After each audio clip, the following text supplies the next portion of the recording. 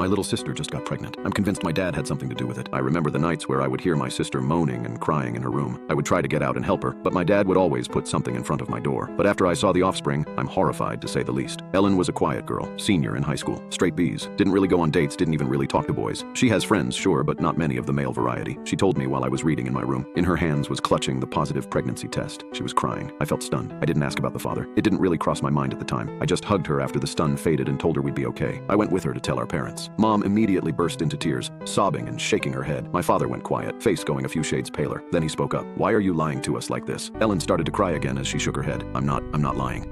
My dad slapped the pregnancy test from her hand and stuck his finger in her face, his voice raising to a shout. "I taught you better to lie to us. What is this? You trying to hide your grades from us?" I didn't know how to react to that. Ellen just sobbed and ran back to her bedroom, slamming the door shut. My dad turned his rage on me next. "Did you put her up to this? Do you think this is funny?" I bolted next. I'd never seen my dad this angry, and I didn't want to bear the brunt of his anger. I figured when they'd calm down, they'd see reason and help Ellen cope with what was happening. They didn't. Ellen tried to bring it up the next morning with just Mom around, but her lips pressed together firmly, and she refused to answer. Ellen pleaded with her to see reason, but she just told us to pick up some things from the store on the way home from school and left the table. Ellen just buried her face in her hands, past tears and just confused. I patted her on the back and told her I'd come up with a way out of this. That afternoon, I Googled abortion clinics near us, made a plan. I technically only had my driver's permit, but Ellen couldn't drive herself back after the procedure, so I figured what the heck, might as well try to get away with it. I shared with Ellen my plan, and although she was hesitant, I convinced her this was the only way she could get out of this. When we attempted to go out for ice cream the next afternoon, Dad stopped us. I forgot to erase the browser history. He screamed at us, telling us we were both going too far with our little joke and that we were grounded until Ellen confessed to lying. His face was bright red. A vein was popping out so far in his forehead, I thought it was going to pop. Dad was always hot-tempered, but I'd never seen him like this. The moment Ellen opened her mouth to say something, Dad punched her in the jaw. Actually punched her, and he's no small guy, so he hits hard. Ellen hit the floor. I saw her spit a bloody tooth on the ground before she started sobbing. I dragged her by the arm as Dad screamed after us, how we weren't leaving this house for anything but school until we came clean. I helped clean up Ellen's mouth, wiping away the blood and managing to sneak down for some frozen peas to press against her jaw. She shook her head and looked at me. "I'm pregnant. You believe me, right?" It didn't really matter if I believed her or not, because she was. Over the next few weeks, Ellen would be nearly knocked over with morning sickness. Morning sickness is giving it too much credit. She had days where she was slumped over the toilet, unable to keep much of anything down. If Mom caught her, she'd just say Ellen had the flu. If Dad caught her, he'd call out her prank and make her get dressed for school. It was hell, actual hell, and I could only stand by and watch. Ellen wasn't sent to the doctor for prenatal care. I did my best with school computers to research how to help, but the help of a 15-year-old isn't exactly much help. I wasn't a medical professional after all, and that's what she needed. As her belly swelled, Ellen became a joke of the school. Rumors spread about how she slept with one of the teachers to pass her class, or that she had no idea who the father was because she'd been fucked by anyone who would take her. To her credit,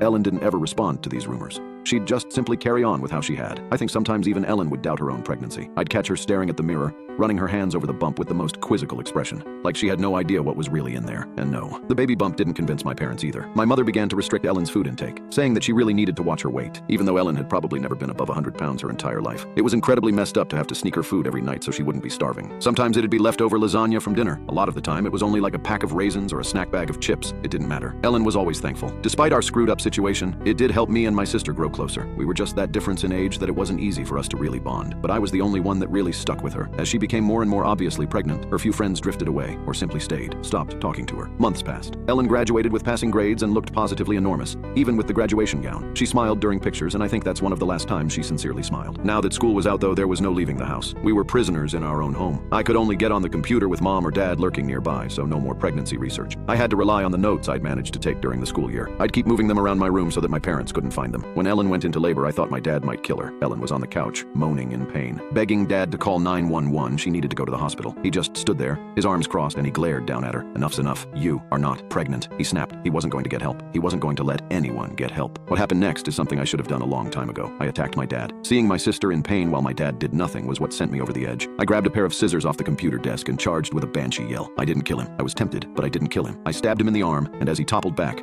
I helped Ellen off the couch and got her into a room. We didn't have locks on our door, but I blocked it off with a chair and prayed that would be enough. Ellen laid on her bed, clenching her sheets and screaming as another contraction shook her tiny frame. The whole thing was a blur, really. I held my sister's hand until she nearly crushed it. I got her old baby blanket out of the closet, and I told her that she could do this. Her screams shook the windows. At least I thought it was her screams shaking the windows, but I realized that the house was shaking. I remember thinking that this would be the time for an earthquake, when I realized it was time to catch the baby. My niece was so tiny, so still. Her skin was tinted blue, and I thought she was dead, until she opened her mouth and cried. My sister looked up at me, her face white as a sheet and covered in sweat. I did my best to clean off the baby and wrapped her in the blanket, handing her to my sister, and smiled. I heard footsteps behind me, and I felt the hair on the back of my neck stand up. Had my dad gotten in during the insanity? I turned around. I can't quite describe what was behind me, only that it was tall. Its head brushed the ceiling. The room seemed to grow dark with its presence, its features hidden by a black cloak that brushed the floor. I nearly jumped out of my skin when it spoke. its voice low and ominous. "Is the child healthy?" it asked. I gulped. "I think so." My sister looked up and relief poured over her face. "You're here. I thought you wouldn't make it," she said, a true smile crossing her face. "I wouldn't forget you." The creature crossed to the bed and gingerly picked up my sister. I caught a glimpse of what was under the cloak's hood. Strangely, I think he was rather beautiful, with dusky blue features and eyes pure black. He nodded at me. "She'll carry a form of your name, child, and for your kindness." He pulled a small pouch from his pocket, setting it in my hand. I undid the string, and sparkling gold pieces poured into my hand. The strange man walked to the closet, opening it up. I could hear my niece squall and my sister excitedly tell the stranger how happy she was to see him. The door closed behind him. I got to my feet and opened it up. There was nothing there except for a few of my sister's dresses and some mismatched shoes. I sank to the floor, wrapping my arms around myself and allowing myself to cry as my dad finally broke in. I've never seen my sister again, although sometimes late at night I can see a small child peering in from my closet. She has my sister's eyes.